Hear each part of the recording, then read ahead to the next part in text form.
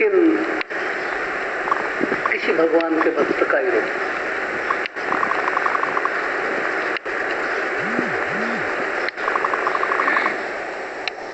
मेरी नैया है तेरे हवाले, डूबतों को बचाने वाले।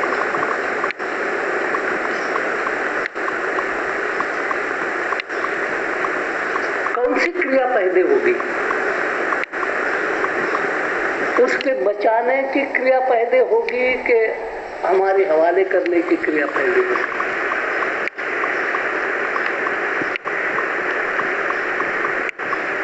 हम जीवन में पहली क्रिया ही भूल जाते हैं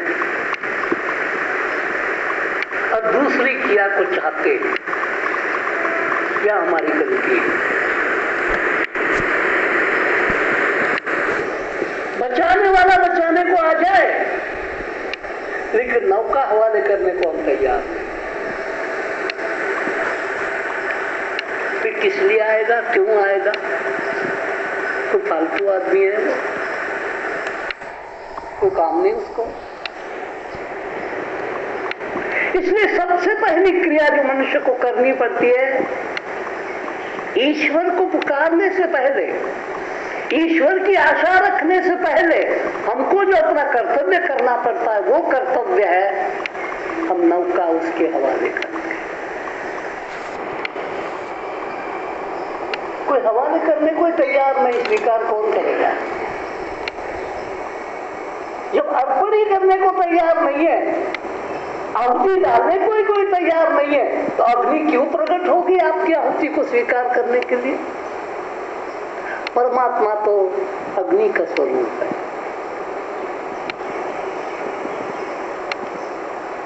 लेकिन हमारा अपनी आहुति पर बड़ा लोभ है, मोह है। आए कहीं आहुति चली न जाए, क्योंकि हमारी सारी गिनती सांसारिक गिनती है। ये आहुति की कीमत क्या होगी? ये आहुति कितने की होगी?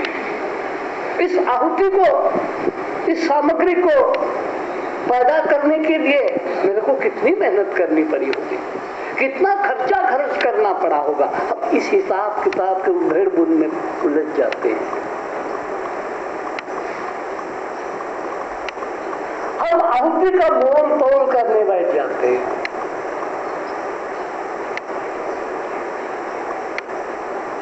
क्योंकि हम बहुत दरिद्री है। दरिद्री सदा ही मोल तोल करते हैं। और आहुति अनमोल है, और आहुति को स्वीकार करने वाला भी अनमोल है। और माया के कारण हमारा चित्त भ्रम हो जाता है और हम हर चीज का मोल तोल करने बैठ जाते हैं। और इस मोल तोल ने ही सारे संसार को आधारभूत बना दिया।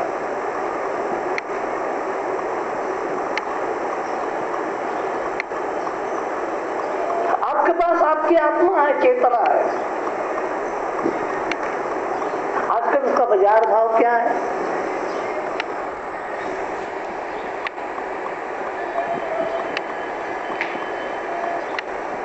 ये चेतना कितने रुपए तोला मिलती है? ये चेतना को देने वाली दुकान कहाँ है? इसकी हड्डी कहाँ है? जब मनुष्य को ये बोध हो जाता है, ज्ञान हो जाता है कि मेरा पूरा का पूरा अंग प्रत्यंग जो कुछ भी मेरे पास है वो सब कुछ अनमोल है, क्योंकि अनमोल ने ही मुझको ये दिया है, तो वो अपना मोल तोल करने को कभी राजी नहीं हो। लेकिन आजकल भक्ति का भी मोल होता है, ईश्वर के लिए गाना गाना उसका भी मोल होता है। कोई भजनिक को बुलाओ, जलोटा को बुलाओ, 1 लाख रुपया मांगता एक नाइट का। किसी जगराते वाले को बुलाओ, वो 5,000 10,000 मांगते हैं। क्या कर रहे हो? क्या हो रहा है? ये अनमोल है सब कुछ। लोग अकल बेच रहे हैं, कंठ बेच रहे हैं, सब कुछ बेच रहे हैं। और माया कहती है कि मेरे बाजार में आ जाओ, सब कुछ बिका दूंगी।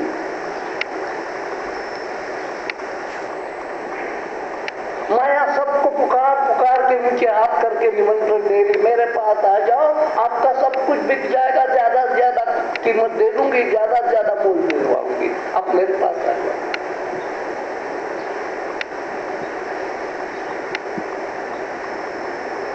शिक्षण बिकाऊ हो गया, शादी बिकाऊ हो गई, सब कुछ बिकाऊ हो गया। अरे माया ने ऐसा कण कण व्याप्त कर लिया, उसमें कोई विरला आदमी जागृत होता है और समझता है कि सारी लीला माया की है।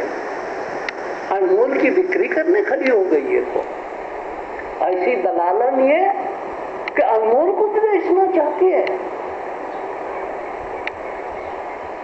पता नहीं कैसे हम बच्चे हुए हैं। गाय के दूध का भाव है, भैंस के दूध का भाव है, बकरी के दूध का भाव है। अभी तो पता नहीं कैसे माँ के दूध का भाव नहीं बनाया किसी ने।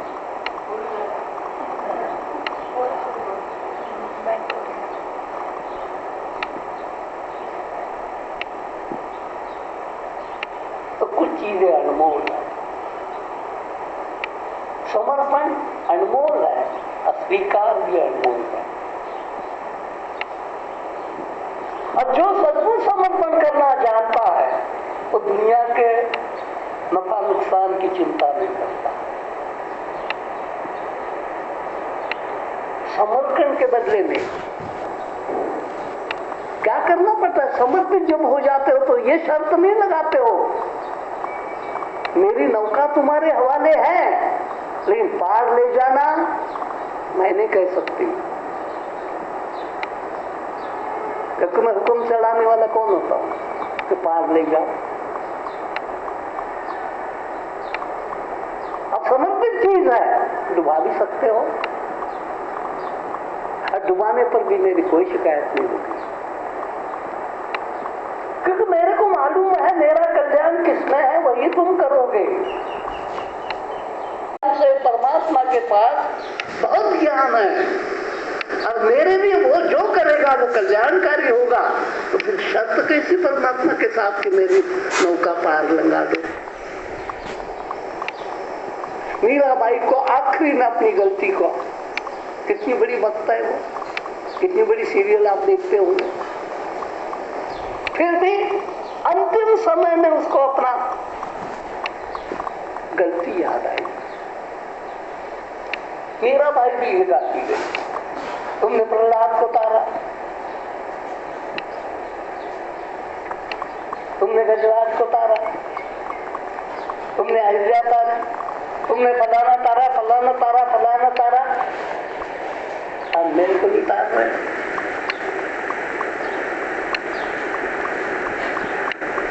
अध्यात्म अगणित भजन लिखे, अगणित भजन गाए, लेकिन फिर भी समर्पण कैसा था? शर्तिया। और जो शर्तिया होता है वो समर्पण नहीं होता, तो समर्पण रहता ही नहीं, तो सौदा हो जाता है। इसी परमात्मा को भक्त यहां तक कहता है कि मैंने जीवन अर्पण कर दिया है, अब मेरे को नहीं मालूम नर्क में भेजना है कि स्वर्ग में भेजना है। जहां तुम भेजोगे हम जाने को तैयार। समर्पित में ये भाव होता है, जहां तुम भेजोगे वहां हम जाने को तैयार, जो तुम करवाओगे वो हम करने को तैयार। अरे पहले कितने जन्म हमने व्यर्थ कमाए, माया जो कहती है वो करने को तैयार, और उसमें हजारों जन्म खो दिए हमने। जो माया कहती है वो करने को तैयार, जो माया कहती है वो करने को तैयार। अब एक जन्म तो ऐसा होना चाहिए कि तू कहता है वो हम करने को तैयार। जब बोध हो जाता है तो आदमी निष्काम प्रेम करता है। जो वस्त्र है वो भी छीनना चाहता है, छीन दे भाई, मर्जी से। समर्पित जो समर्पित अवस्था छोटे बालक की जैसी अवस्था है। छोटे बालक को पता नहीं होता कि मैं नंगा हूं,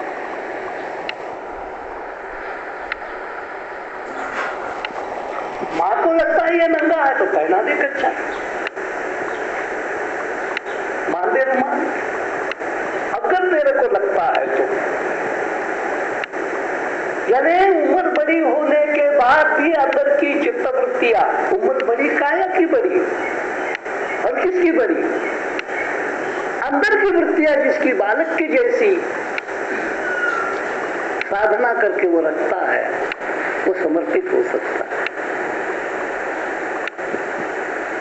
लेकिन हमारी वृत्तियां बालक नहीं न रहती, जवान बन जाती है, बड़ी बन जाती है, और ये बड़प्पन भी तो हमको डुबा देता है।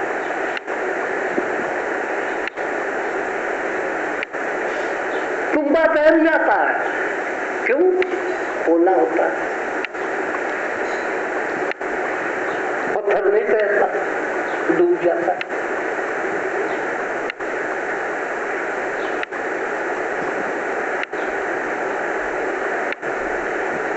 हम तुम्बा बनने को तैयार नहीं है, तो वजन कहीं घट न जाए हमारा। इसलिए हर एक जगह पर जब अपना परिचय देने वाला कोई होगा तो अपना परिचय ये देंगे। अब ज्ञानी पुरुष तुरंत समझ लेता है कि परिचय जो दे रहा है ना बड़प्पन का अपना, ये पत्थर है, ये तुम्बा नहीं बनाया।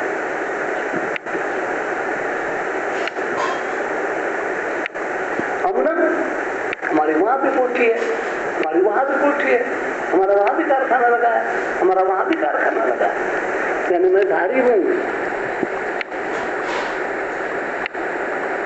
मेरे 4 बेटे, 4 बहुए, उनके 4 पोते, और मैंने चारों बेटों की शादी की, फिर दोबारा 2 मर गई और फिर मैंने शादी कर दी उनकी। मैंने क्या किया आपको पता? 2 बेटों की घरवालियां मर गई, फिर मैंने दोबारा शादी की। इतना काम मैंने किया।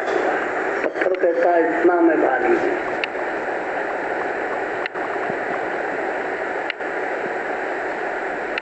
और वास्तविक वो ईश्वर ने किया होता है।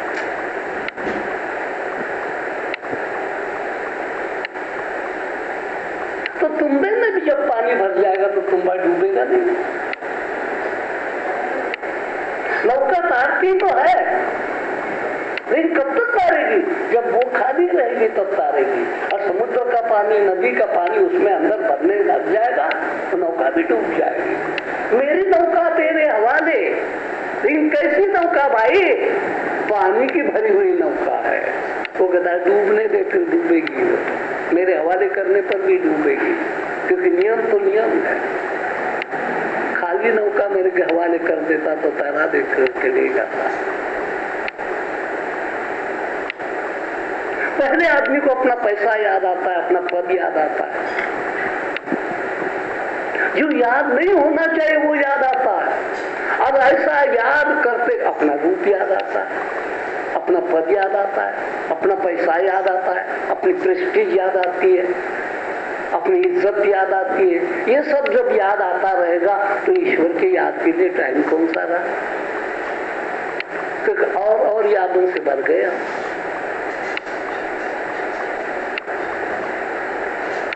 अब ये सब याद भुलानी पड़ती है, जगह बनानी पड़ती है प्रभु के लिए, भीड़ हटानी पड़ती है। भीड़ में कभी भगवान नहीं मिलते। जब भीड़ सारी हट जाएगी, एकांत बनेगा, तब भगवान मिलते हैं। ठाकुर हमेशा एकांत में मिलता है, लोकांत में नहीं मिलता। और बुद्धि में भीड़ भरी हुई है, हैया में, सीने में भीड़ भरी हुई है, इंद्रियों में भीड़ भरी हुई है, भीड़ ही भीड़ है।